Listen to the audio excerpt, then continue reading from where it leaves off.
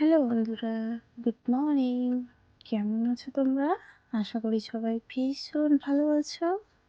আর তোমাদের ভালোবাসায় আমরাও অনেকটা ভালো আছি। সিম্পল লাইফ ভিলেজ চ্যানেলে তোমাদের সবাইকে স্বাগত জানাই। আবারও নতুন একটি ব্লগ নিয়ে চলে এলাম। তোমরা সবাই আমার সাথে থাকো আর শুরু থেকে সেই সত্যি ব্লগটা দেখতে থাকো। আশা করছি আজকের ব্লগটাও তোমাদের ভালো লাগবে। তো কালকের ব্লগে আমি বলেছিলাম যে আমাদের হাঁসের বাচ্চা আর কি ফুটে গেছে ছোট ছোট। তো ডিমগুলো তোমাদেরকে তো আগে দেখিয়েছি, কারণ কালকে তোমার 1 মাস আর কি পূর্ণ হয়েছে। হয়ে যাওয়ার পরে এই যে ছোট ছোট বাচ্চাগুলো আর কি বের হয়েছে। তো তোমার এখানে 7টা আর কি হাঁসের বাচ্চা আছে, আর তার মধ্যে জানো এখনও 11টা ডিম আর কি হাঁসের আর কি ডিম থেকে বাচ্চা বেরোনো আর কি বাকি আছে। এখনও 11টা আর কি ডিম তোমার হাঁসের কোয়ালের মধ্যে আর কি আছে। তো ওগুলো আছে, আর এরা জানো নিজে নিজে বের হয়ে গেছে সকালবেলা। আর আমি ভাবছিলাম যে ওদের আর কি ছবি তুলবো আর কি ভিডিও বানাবো। তো একটু পরেই দেখছি যে ওরা আর কি গোয়াল ঘর থেকে আর কি বের হয়ে গেছে। কারণ এই হাঁসের বাচ্চাগুলো জানো এরা জলে থাকতেই বেশি আর কি পছন্দ করে। তার জন্য ওর মা আর কি বের করে নিয়েছে বাইরে।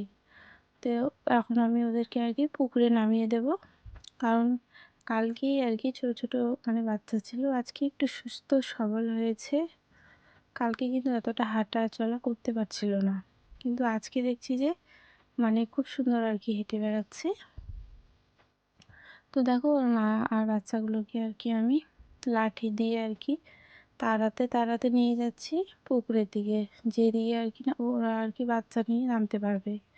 তো বাচ্চাগুলো তো এখনও সেরকমভাবে আর কি পাগুলো স্থিরভাবে আর কি হয়নি, মানে পাগুলো এখনও আর কি শক্ত আর কি হয়নি, নরমই আছে। তো ওই জন্য ওরা একটু হাঁটা চলাটা একটু কম করতে পারছে। কিন্তু এখনই যদি তুমি জলে ওদেরকে নামাতে না শেখাও, তাহলে পরে বড় বড় যদি হয় না তখন আর জলে নামতেই চাইবে না জানো। আর হচ্ছে তোমার যত জলে থাকবে ওরা ততই আর কি তাড়াতাড়ি বড় হবে। তো তোমরা এই যে হাঁসের বাচ্চাগুলো দেখে রাখো, কত দিনে আর কি কতটা বড় হয় তোমরা দেখতেই পারবা যদি আমার ব্লগগুলো আর কি কন্টিনিউ আর কি দেখো তোমরা, তাহলে পরে আর কি বুঝতে পারবে যে আমার হাঁসের বাচ্চাগুলো কতটা আর কতদিনে বড় হলো। তো চলো ওদেরকে আমি এখন জলে আর কি নামিয়ে দেব। সকালবেলার আশেপাশে কাজ সব কিছু হয়ে গেছে, তো সেগুলো আজকে তোমাদের সাথে শেয়ার করলাম না।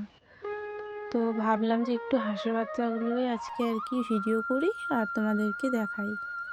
তো আমারও ভিডিও করতে ভীষণ ভালো লাগে, ওই জন্য আমিও ভিডিও করে আর কি তোমাদের দেখানোর জন্য আর কি ভিডিওটা দিয়েছি। তো ভিডিওটা কেমন হয়েছে গো অবশ্যই কমেন্ট করো। আর এই যে পাট কাঠি দিয়ে আমি করছি যাতে ওরা জলে আর কি নামে। আর জানো ওরা জলে নামছে না কেন বলো তো? ওরা মনে করো যে ওরা এখন শিশু, কারণ কালকেই তো ওরা ডিমের ভিতর থেকে বের হয়েছে। তো এই জল তো কোনোদিনও দেখেনি, এই প্রথমবার আর কি ওদের জীবনে। তো একটু আর কি ভয় পাচ্ছে। তো তারপরে আস্তে আস্তে করে একটা একটা করে আর কি নেমে পড়লো। তো ওর মা যেদিকে যাবে সেই দিকে বাচ্চাগুলো আর কি যাবে।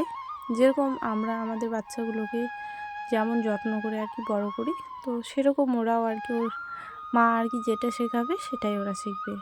তো এই যে ওর মায়ের পিছু পিছু আর কি ওরাও জলে আর কি নেমে গেল। তো চলো তোমরা সবাই সাথে থাকো আর আমার ব্লগটা আর কি শেষ অবধি দেখতে থাকো। আর যারা এত দূর অবধি আর কি আমার ব্লগটা দেখেছো তাদেরকে অসংখ্য অসংখ্য ধন্যবাদ আর অনেক অনেক ভালোবাসা জানাই যে আমার ব্লগটা তোমরা এত কষ্ট করে সময় আর কি পেরিয়ে আর কি দেখেছো। যে তোমাদের সময়ের খুবই এখন মূল্য জানো, সবাই সবাইকে সময় দিতে চায় না। তো তোমরা আমার ভিডিওতে এত দূর অবধি যারা সময় দিয়েছো অনেক অনেক ভালোবাসা রইল তোমাদের জন্য। তোমরা সবাই ভালো থাকো। আর এইদিকে জানো এটা হচ্ছে শোল মাছ। তো শোল মাছ আমরা বলি শোল মাছই বলি, তো তোমরা কি বলো একটু কমেন্ট করে জানিও। এই যে দেখো মাছটা মোবাইলে কিন্তু ছোট দেখা যাচ্ছে, আর জানো এমনিতে অনেক বড় আর কি মাছটা।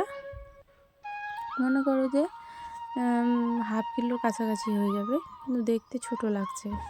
আমাদের এই পুকুরেরই মাছ। কালকে বাবা আর কি ওই তোমার ছিপ পাততে গিয়েছিল, তো ওই ছিপের মধ্যে আর কি ধরেছিল এটা।